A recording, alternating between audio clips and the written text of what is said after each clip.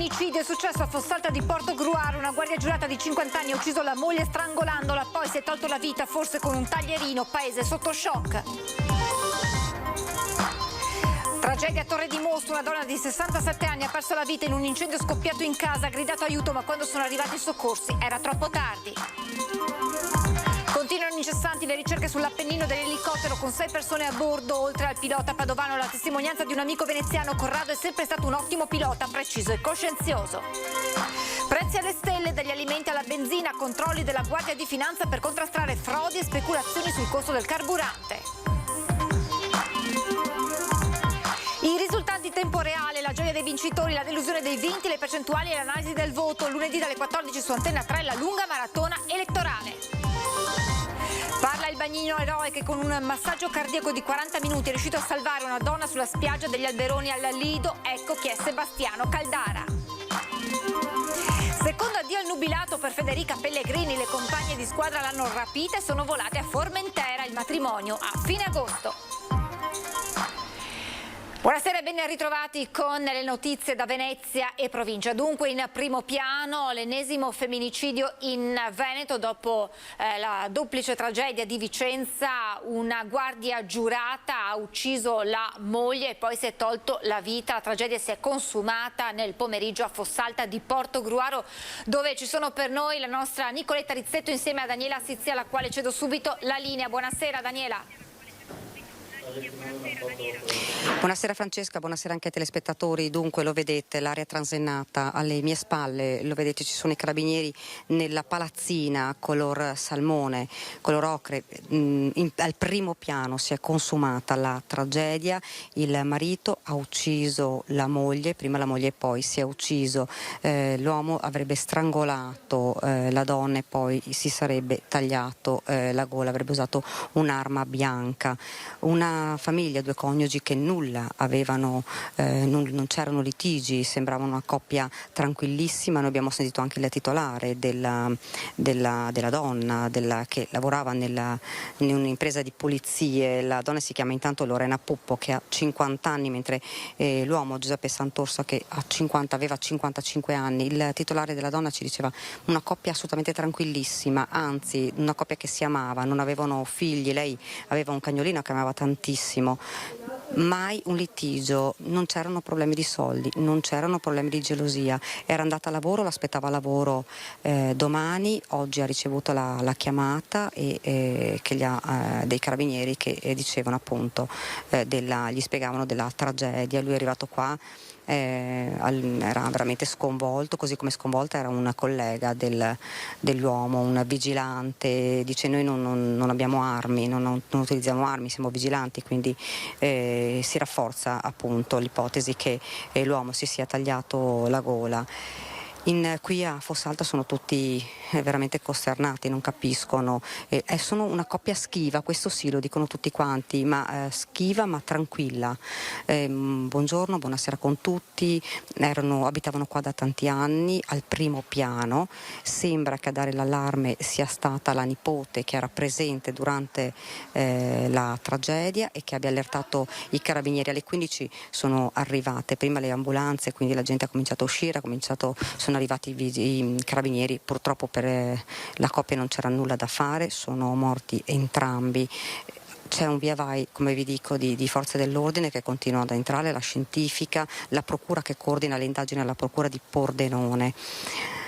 Questo è quello che è successo, l'ennesimo femminicidio, tutti dicono questo, l'ennesimo dopo la mattanza di Vicenza, l'ennesimo femminicidio qui a Fossalta di Portogruaro. Lorena, una persona, dicono, dolcissima, che assolutamente amava il marito, nessun litigio, come vi dico, nessun litigio, ma neanche da parte di Giuseppe, da quanto ci racconta il collega.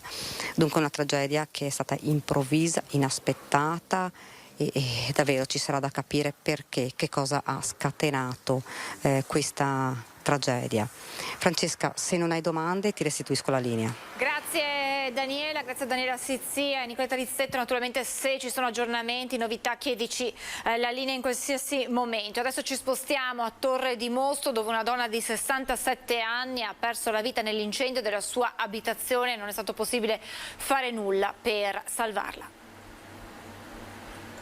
Erano circa le 10 quando in una palazzina in piazza Indipendenza, poco distante dal municipio di Torre di Mosto, è esploso un incendio che non ha lasciato scampo a una donna di 67 anni a causa delle inalazioni di monossido di carbonio. La donna, intrappolata, ha cercato di chiedere aiuto. Le sue grida sarebbero arrivate alle persone che si trovavano al mercato poco distante e a quel punto il titolare di un banco di ortofrutta avrebbe dato l'allarme. I primi ad arrivare sul posto sono stati un agente della polizia locale e un carabiniere in congedo. Hanno sfondato la porta e portato fuori la donna, mentre nel frattempo arrivava l'ambulanza. Ma nonostante la tempestività non c'era più nulla da fare. I soccorritori del SU M118 hanno tentato di rianimarla, con esito sfavorevole. Sul posto sono giunti anche i vigili del fuoco con 2 autopompe, 2 autobotti e 10 operatori che sono entrati nell'abitazione invasa dal fumo spegnendo l'incendio.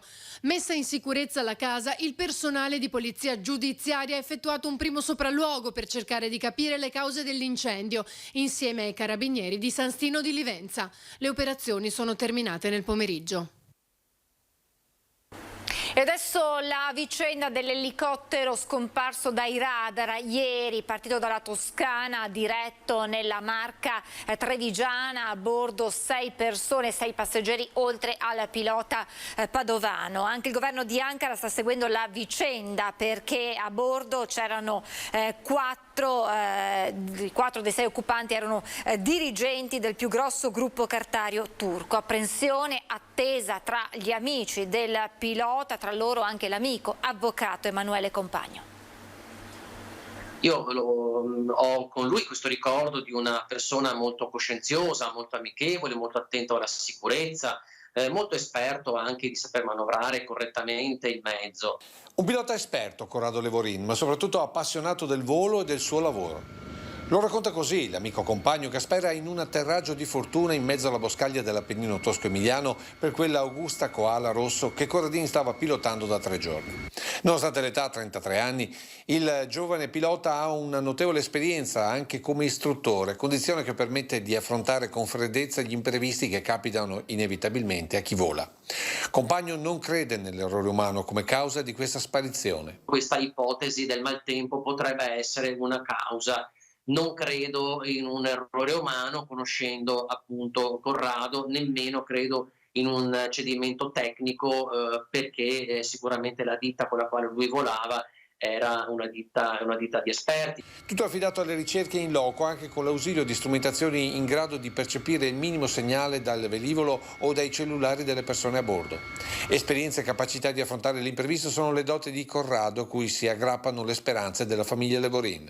Stiamo attendendo che arrivino presto notizie e da ieri insomma stiamo sperando che siano delle buone notizie. È un piccolo comune il nostro, ci conosciamo praticamente tutti e con il signor Levorin, con Graziano, ci incontriamo spesso, quindi stamattina ci siamo sentiti e sotto costo, insomma, gli ho detto che stiamo pregando tutti. Anche il sindaco Bulgarello punta sulla passione e l'esperienza di Corrado. Un pilota esperto, molto attento, quindi vogliamo sperare che ce l'abbia fatta, sia riuscito in qualche modo a mettere in pratica le sue enormi conoscenze e capacità e ad avere un risvolto positivo.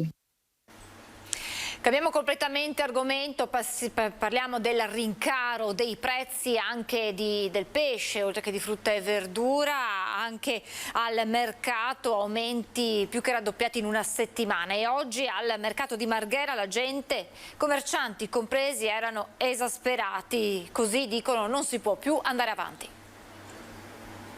I fagiolini a 3,50 € mezzo chilo sono a 7, che qua sono anche a meno, però in qualsiasi parte lei vada trova dei prezzi esorbitanti. Le sogliole che di solito le pago a 8-9, quelle piccoline sono a 17 oggi, non si può andare avanti così. Prezzi di generi alimentari aumentati del doppio in una sola settimana, dall'ortofrutta al pesce. Se i pescatori non possono uscire, noi la merce che abbiamo va a rialzo, essendo che ce n'è meno aumenta di più. Ne parla la gente qui al mercato fisso di Marghera. Con una pensione di 800 €, 830, non è che si possa fare granché, bisogna andare in aiuto, i figli vengono in aiuto e non è giusto. Residenti e commercianti uniti da un denominatore comune, la fatica di sostenersi con le risorse a disposizione rispetto agli esorbitanti aumenti di gas, luce e carburante, dicono. Abbiamo il cagnoletto nostrano, di solito lo vendiamo a 12, 13, massimo 14 euro. Siamo quasi a 20 euro al chilo. Cioè, è a noi. Gamberoni, questi sono gamberoni freschi o decongelati? Questi sono le marzancolle, sono fresche, però anche queste hanno un prezzo molto elevato, sono a 22. E la settimana scorsa quant'era? Erano sui 14. Cioè, può vedere da una settimana all'altra c'è un balzo di prezzo in aumento solo perché a noi ci costa molto di più. E sempre qui al banco del pesce si pensa pure ai vegani con la salicornia, detta sparago di mare, a 30 euro al chilo. Questo dice la vostra salvezza perché? Sì, perché ci sono tanti vegani che vengono a comprare questa roba qui. Perché non possono mangiare il pesce che abbiamo, però questa la possono mangiare perché è verdura in pratica. Ippolito, portavoce dei commercianti dei banchi del pesce del mercato fisso, che qui a Marghera rappresenta una realtà locale multiculturale e un fiume in piena. Ma lei quanto costa obiettivamente oggi, con lo stato di crisi per la guerra in Ucraina, aprire ogni giorno il suo chiosco? Intorno quasi a 1.000 euro, solo per l'apertura. E quando... Una macchina del ghiaccio che funziona dalla mattina alla sera, veda lei, bollette come può arrivare. E quando chiude la sera va a pari con i 1.000 euro o guadagna o cosa? Siamo quasi sempre sotto, quindi il costo è triplicato per noi aprire. Ce la fate nell'aperto? Tirando un po' la cinghia, sì. O così o come? O se no veramente, o si diventa tutti nulla facenti, oppure si prova a tirare avanti in questa maniera. Massima attenzione da parte della Guardia di Finanza nel monitoraggio dei prezzi della benzina con i recenti aumenti. Le Fiamme Gialle hanno avviato una serie di controlli in tutta Italia, Venezia compresa, per trovare i furbetti che speculano a danno dei consumatori. In parallelo sono state avviate attività per verificare l'obbligo di comunicazione giornaliera al Ministero dello Sviluppo Economico dei prezzi praticati alla pompa da parte dei distributori stradali in concomitanza con l'esodo estivo. Nei primi 5 mesi dell'anno sono stati eseguiti circa 1.320 interventi e rilevate 690 violazioni. Il cantiere per la realizzazione delle barriere mobili provvisorie a tutela della Basilica di San Marco viaggia a ritmo sostenuto. Risolti i problemi burocratici legati ad alcuni pagamenti alle imprese coinvolte che rischiavano di provocare un nuovo stop. Tutto procede e barriere pronte entro settembre. Questa volta l'appello non è caduto nel vuoto e tutto è andato a buon fine. Sono risolti i problemi burocratici legati ad alcuni pagamenti alle imprese coinvolte nel cantiere all'opera in Piazza San Marco per la realizzazione di barriere mobili provvisorie che proteggeranno la Basilica di San Marco dall'acqua alta. La regolarità dei pagamenti è stata ripristinata, prova ne sia il fatto che il cantiere, che ha rischiato ad un certo punto anche nelle scorse settimane di trovare il fermo a causa appunto di queste problematiche, sta continuando a lavorare. Le ditte con senso di responsabilità, nonostante i pagamenti tardassero ad arrivare, dalla ripresa dei lavori dopo Pasqua non hanno più abbandonato il campo, continuando a lavorare. Per quanto riguarda invece i lavori dell'Insula Marciana, che comprendono anche la Piazza San Marco e l'area intorno alla Basilica, l'appalto deve ancora essere assegnato, per cui siamo al livello di progettazione esecutiva degli stralci successivi al primo, e quindi i prossimi mesi serviranno anche per completare la progettazione di questo intervento, che è assolutamente importante e che vede la messa in sicurezza di tutta l'area di Piazza San Marco. Domenica Election Day, lunedì i risultati, e Antenna 3 sarà in diretta come sempre per aggiornarvi in tempo reale. Il verdetto in tempo reale, la gioia dei vincitori, la delusione dei vinti, le percentuali e l'analisi di un voto ancora una volta incerto è tutto da decifrare a partire dal dato sull'affluenza. Tutto è pronto ad Antenna 3 per la lunga maratona elettorale di lunedì a partire dalle 14, ospiti in studio e collegamenti dal territorio. Una non stop tutta da raccontare, come sempre rigorosamente in diretta, mentre tutti gli elettori veneti sono chiamati a esprimersi sui quesiti referendari per la giustizia. Sono 86 invece i comuni che rinnoveranno le loro amministrazioni. Tra le sfide cruciali Verona, Padova e Belluno. È qui soprattutto che le forze politiche misureranno il loro peso specifico dopo 2 anni di pandemia e con una crisi internazionale in atto, e questo in vista delle politiche del 2023, salvo colpi di scena. Dalle 14 quindi l'appuntamento è su Antenna 3, in contemporanea con l'avvio delle operazioni di scrutinio del voto comunale. La politica, l'amministrazione, il territorio, le reazioni a caldo e i comuni che dovranno andare al ballottaggio. Su Antenna 3 ancora una volta una maratona da correre insieme. E adesso il racconto del bagnino eroe che con un massaggio cardiaco lungo ben 40 minuti è riuscito a salvare una donna sulla spiaggia degli Alberoni al Lido di Venezia. Con un massaggio cardiaco lungo circa 40 minuti è riuscito a soccorrere e far riprendere conoscenza a una giovane donna di 31 anni, colta da malore l'altro pomeriggio mentre faceva il bagno in mare davanti alla spiaggia libera degli Alberoni al Lido di Venezia. Lui è Sebastiano Caldara, giovanissimo bagnino di salvataggio di appena 21 anni, ma lui, di fronte agli elogi che tutti gli hanno tributato, quasi si schernisce. No, non mi sento un eroe perché ho fatto solo il mio lavoro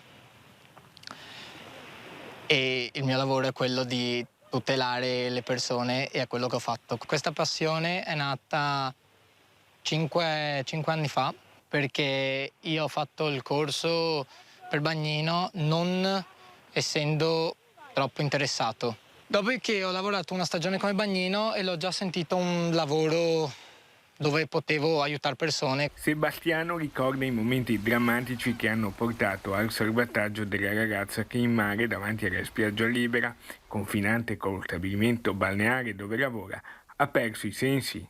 Senza battito cardiaco, senza polso, non respirava in acqua. Ho mollato tutto quello che stavo facendo e senza pensarci 2 volte ho preso e sono corso in acqua. Questo mio collega mi ha aiutato a tirarla su dall'acqua. Ho iniziato subito le manovre di rianimazione. Ho meglio il bagnino rispetto al pasticcere perché il bagnino lo sento più un lavoro mio. Una cosa importante che volevo dire, che mi hanno detto gli stessi operatori del 118, è che se ci fosse stato un passaggio dalla strada per arrivare fino in spiaggia, magari un passaggio per i quad, ci avrebbero messo la metà del tempo. Federica Pellegrini rapita in piena notte dalle compagne di squadra che l'hanno portata a Formentera per l'addio al nubilato. Eccole qui a Formentera a fine agosto. Infatti la campionessa si sposerà con Matteo Giunta, ma intanto sul suo profilo social avvisa: se vedete cose strane nei prossimi giorni mi hanno hackerato il profilo. Si tratta del secondo addio al nubilato. Solo qualche mese fa infatti la Pellegrini era stata in Puglia a festeggiarne un altro. È tutto per questa edizione del nostro telegiornale. Vi lascio come sempre le previsioni meteo. Grazie per averci seguito e buon proseguimento di serata.